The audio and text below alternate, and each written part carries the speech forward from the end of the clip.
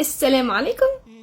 On se retrouve pour la partie 4 sur la shahada et on va traiter le dernier type de tawhid qui est le plus important. Le tawhid al-asma wa sifat et le tawhid al-rububiyya ne suffisent pas pour compléter le tawhid. Il leur manque le tawhid al-ibada, le tawhid de l'adoration, l'unicité d'adoration. Et pourquoi l'unicité d'adoration est le plus importante des unicités?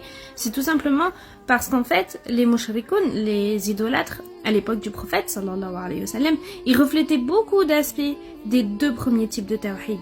Et Allah, il demande au prophète, sallallahu alayhi wa sallam, de dire aux païens, dans sourate 43, verset 87, « Et si tu leur demandes qui les a créés, ils diront très certainement Dieu, Allah.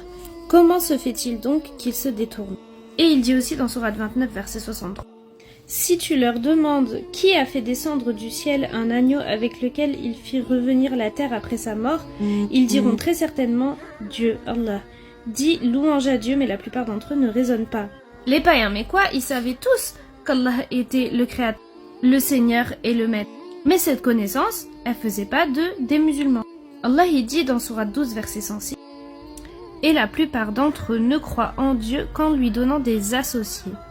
Donc d'après ce verset, il est évident en fait que les Mécois connaissaient la souveraineté d'Allah, sa domination et son pouvoir. Et d'ailleurs, ils faisaient plusieurs types d'adoration pour Allah, comme le hajj, le sacrifice, la charité et même la prière en cas d'urgence. Et ils disaient même qu'ils suivaient la religion d'Ibrahim, alayhi salam. Et Allah il a dit sourate 3, verset 57, quant à ceux qui auront cru et fait des œuvres pies, Dieu les rétribuera intégralement. Il n'aime pas les iniques. Donc, l'aspect le plus important du tawhid, c'est le tawhid al-ibada. C'est l'aspect le plus important du monothéisme.